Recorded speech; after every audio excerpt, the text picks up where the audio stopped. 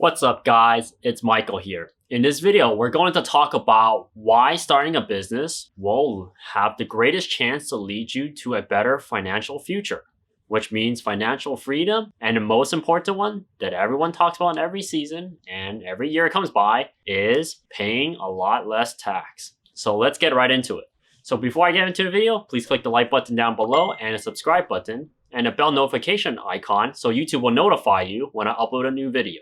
So I made this video before, but I didn't really break down what type of specifics that people can use. So for example, we're gonna look at old companies such as Amazon, Tesla, all the big corporations, right? But you think they're the mega rich. That's actually far from being true. And we're gonna also look at a little bit of politics. What are the new tax codes they're trying to, create and close loopholes? But in reality, I hate to break it to you, they're actually creating more other loopholes that make it really a lot harder for smaller businesses to use them. So basically, anything that big corporations, tax loops they use, anyone who owns a business, no matter small, medium, or large, can use them too, except they are never taught. And here I'm going to explain what you can do to benefit from them and whether or not you are applicable.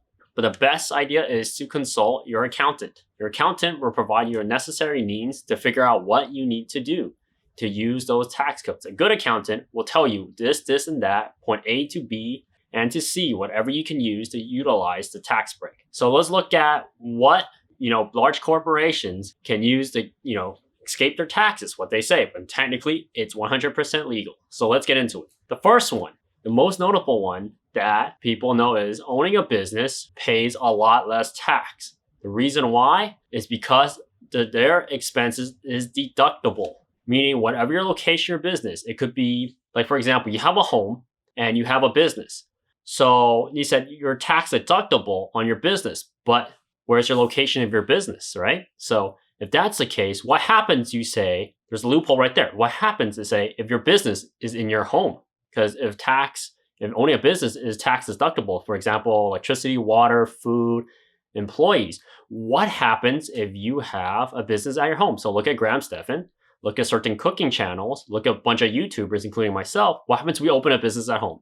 Just find a room, go to your city, find what's the legal requirement to set up an office, a small little room in your house or even apartment to say you register as a business, then register with the state. If that's the case, what is keeping you from doing that besides paying the startup business fee? But at the same time, you can write off everything you use at home. For example, eating.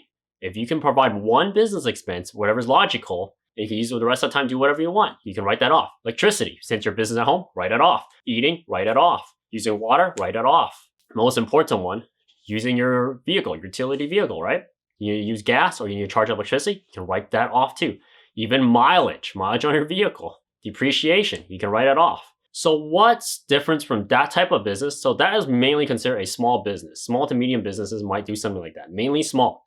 But how about large businesses? Like you look at Amazon, Tesla, how do they utilize that? They don't really utilize this type of strategy, but in the beginning, it makes the most sense because you get the most tax breaks and deductible. And how does it make you more wealthy?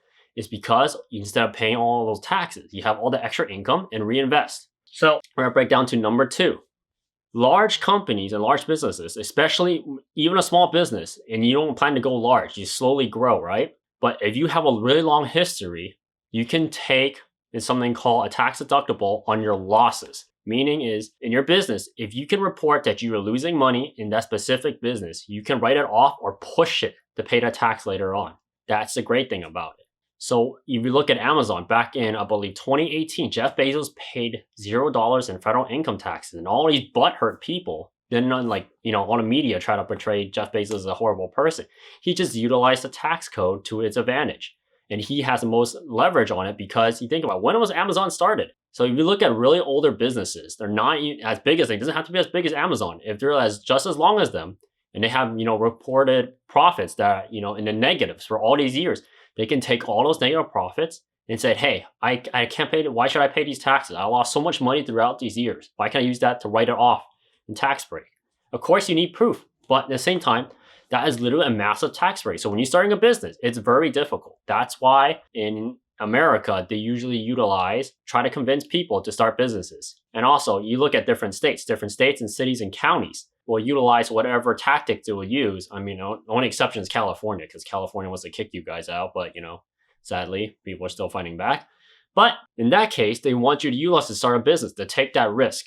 So basically, whoever's the owner, or you can, maybe owners, meaning in a business, you can have more than one person. So if you want to utilize to help your family members or friends or have other employees work for you, if they're considered a part of your business owner, so look at the chairman, look at the CFO, CEO, whatever big names on their chair board. You don't have to go IPO to utilize this tax law. You can be a small business owner. As long as you have ownership in the company, you can utilize all these tax breaks. So you think it's only for one person himself? No, you can use for a few more people. And how far you can extend it is depending on how you operate your business. How's your structure and setup? So number 2 is utilizing on losses of a company. So longer a company exists on basically the market in the state, is utilize the losses. You can write that off. And this one, number 3, usually applies to people. It can apply for smaller businesses too, but this one applies for more medium to large businesses, is having a lower income salary. And what do I mean by that? Simple. So there are a few articles saying, especially Warren Buffett and Jeff Bezos, they take an income salary, I believe, less than 6 figures a year. So $100,000 US dollars less in a year. But you ask me, Michael, how do you pay for the private jets, their boats, yachts, cars, exotic vehicles, houses? How did they utilize it? How do they pay for it? Think about it. A business is not a person. A business is actually another persona, meaning the other personality is basically whoever owns it, it's actually them, their life and blood. Except it's not called a person, it's called a business. But they're in reality, behind that mask, that persona, it's a person. So what they can do to utilize that, and every businesses can utilize this. Basically, even small ones, medium ones, and large ones, even startups. Small ones are considered startups. They can utilize this tactic right away to write off. For example, if you want an exotic new Tesla, for example, in the previous video I ordered a Tesla, you put it underneath your business. I didn't pay for it out of my own pocket, the business did. I'm using it for business expenses. How do you prove it? Drive to work every day. And at the same time, along the way you drive to work, you can use it to go on vacations. You can use it to go on place A to B. And you just provide a statement saying like, hey, I went to this place to go to like one business meeting for it. So you go to business meeting for that one day. And the next day, 6 days from that week, I went to have a party and vacation. Good utilization right there. And they said, Michael, why don't they close this loophole method? Well, because if they close that, then why give the incentive to people to open a business? The whole point of people to start up a business and create a new type of job source, a job generating revenue, is to provide people the ability to work for themselves. Create something that have other people who don't understand how the financial market works and how businesses work for them. The more people who utilize this, the more people can utilize this tax break. It's just more people have to give that out a try, which is really difficult. As you can see, a lot of people don't like starting businesses, including like not hitting the like button down in this video, so this video can be sent to everyone.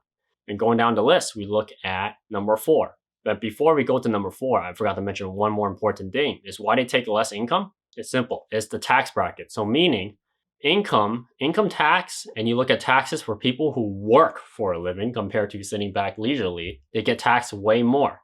And how do they utilize that? It's a really long topic, but I'm going to break it down really simple for you. It's simply, whatever the business makes money, it can be considered the money of the ownership. So whoever owns a business, or technically they own the money, but technically they say they don't own it, but in reality they do. Like I said, it's a persona. Your new car, your new house, business pays for it. Basically close to a full write-off, depending on whatever law and circumstances based on your CPA can provide to you. So basically, anything you invest back, money loss, and you also ownership. All those can be written off. So going down to number 4.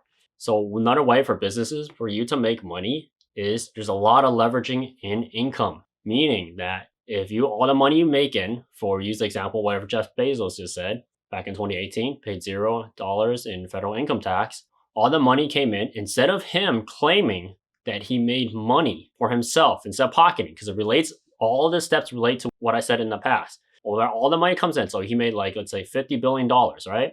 And this can include and apply to small businesses. You take all the money you profit in, let's say you made $100,000 for the business that year, and you say you reinvested it into business to make it grow. So technically, by law, you technically made $0. You took home $0, but your business made $100,000 to improve it. You can say to provide more jobs, to provide more upgrades. And those upgrades, that is one of the key components right there. That is super loose. They call it upgrades, investments to make the business better, that is super loose. Those upgrades can vary differently. As you can see, that's why the tax law itself, it's like what, over 3,000 page book, and it keeps getting more complicated. And now they try to make it even more complicated, and people say to try to close loopholes. When they close a loophole, they usually open another one, especially for themselves. That's why whatever tax law is right now is actually very good, because you think about it, whatever big businesses can do, small businesses can do. If you don't own a business, then you're basically screwed. No chance. But once you start one up, you can utilize almost every single thing I just mentioned in this video to your advantage. So what makes it so important, reinvesting into your business? How does that help you basically save more money? What I just said, same as the loophole.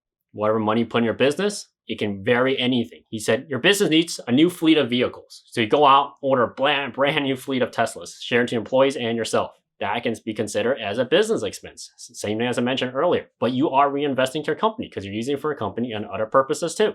And going down to number 5, paid vacations. Meaning is if you want to go on vacation, you want to take like a private jet, private yacht, you want to fly down to Hawaii, fly down to like, Europe, go to another country. All you have to do is basically say your business pays for it. And how do you prove it? Attend one business meeting over there. So for example, you're flying down, you're taking like basically all the higher level up people, maybe even your employees too, depending how much money and income you have on your company. You fly them down, let's say you fly them down to Japan. And all you guys do is host one business meeting. The business meeting, it doesn't state what type of business meeting you're holding. So you can just go to exotic dinner, you guys talk about business, and you take that bill. That bill can rack up like thousands of dollars or even $100,000 and say, hey, I went to attend one business meeting.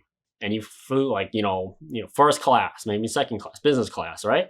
And you say, hey, I went out, had a business meeting, had one with other people, and this is technically a business trip. But in reality, that one day you did business, the other 6 days you're partying. And the other employees can actually benefit from that too, especially the business. Because a business is a personal entity of that person. It's the persona. So always keep in mind, a business is a persona, whoever owns it. Whoever owns it has the most power. And technically, that's how they make their money. And why investing is really important, for example, this will go down to number 6, is converting the entity, whatever they have, whatever money comes in, they give out in stocks. Now, as another example was used by 2018 by Jeff Bezos, even Warren Buffett talks about it, is the payout in stocks. So, as you know in my previous video, and I'm pretty sure I'm going to mention it again in other videos, is stocks are basically taxed differently from regular income. So regular income gets taxed by whatever the federal income tax bracket, and includes the state and city tax bracket, sadly. But if it's investing, for example, stocks and real estate, that gets taxed by capital gains tax. So it's completely different. It's way less. You get only capped at 1 point. And currently they're debating whether to change that or not. Whether it changes or not, it's still at the end beneficial, because capital gains tax, it's always going to be lower than taxes you get from working hourly. And that is all I have to say for this video. Please like, share, subscribe, and I'll see you guys next time. And remember to share this video, because it's very important for how financial future works in future pregnancies, because inflation is always going to go up. It's always going to change. And the only way to get out of your financial debt is to attempt new things that does not cap your income. That's why businesses are very special. It just takes a lot of dedication and hard work, and whether or not you hit the like button down below. See you guys next time.